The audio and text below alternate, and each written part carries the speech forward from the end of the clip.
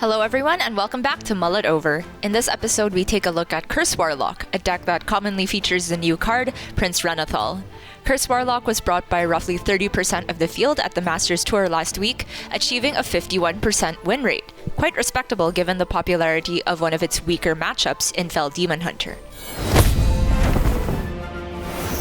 The Abyssal Curse package is core, but with a 40-card list, there's tons of room for different tech options.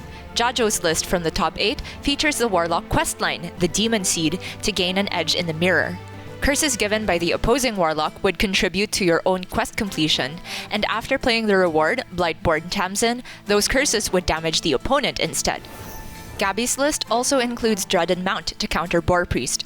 Playing Mount on one of their minions and repeatedly killing off the tokens dilutes their pool of Death Rattle minions from Amulet of the Undying. He's cut Rune Mithril Rod, a card which helps with other slow matchups but tends to suffer against aggro. The best card to keep almost regardless of matchup is your hero card, Dreadlich Tamzin, because it's very much multi-purpose. It cycles a lot in a 40-card deck that sometimes struggles finding the right removal, it preserves your health when tapping, and it can provide board presence via Fell Rifts. However, you don't always have to play it on curve. Often, you plan several turns in advance to make sure you have the hand space for it. On turn 6 against Fell Demon Hunter, Alex JP plays 3 minions, expecting a Zilag that would then be cleanly answered by his Tamzin. The next turn, he sweeps up Kwanwu's board with Tamzin plus Nogaling for full-blown evil, and even stays healthy enough to survive a huge Lady Steno turn. It's then a simple matter to heal back up because he has so many cards. It's a world of a difference when you don't hit the Tamzin, even when you're off to a decent start like Mr. Lava Lava against Hayam Jozo on Shaman. Going second on turn 3 with no cards played so far, Lifetap gets the Null he kept down to 1 mana for a perfect turn. On turn 5 he gets a clean coin into Abyssal Wave, and he's done pretty much everything you want to do as Warlock. Play Nulls in the early game, clear the board, and start stacking curses. But he was eventually outvalued even with multiple life taps because he couldn't find Dreadlich Tamzin. With low hand economy, cards like Entitled Customer and Spiced Bread Baker get a lot weaker too, so I really can't stress enough how crucial the hero card is to the deck. In Rhodes' game versus Fury Hunter's Wig Priest, he prioritizes Tamzin even if Entitled Customer here would have been a clear. That's because he can clear almost any board from Fury next turn with both Entitled Customer and Smothering Starfish in hand. Thanks to the extra card draw, Road gets a clean 9 damage customer for full removal. If Fury had gone for a huge Radiant plus Wig turn to make a minion over that 9 health breakpoint, Road could have played his Starfish instead.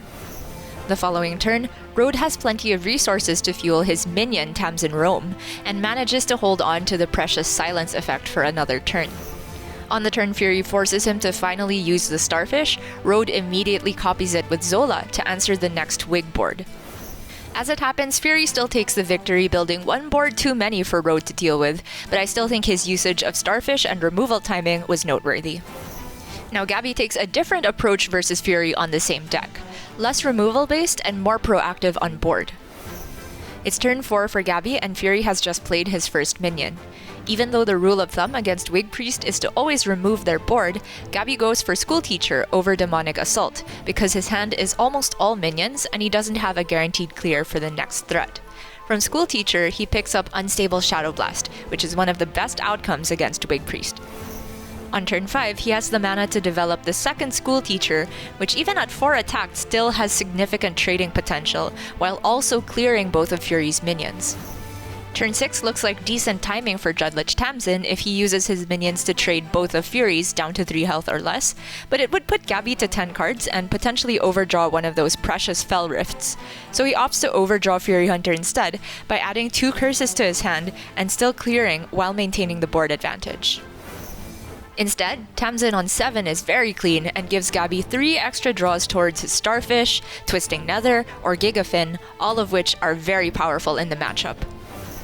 The one time Gabby left minions on the other side of the board, Fury did manage an impressive amount of damage, but he didn't have enough Naga in hand to chain Wigs and push lethal.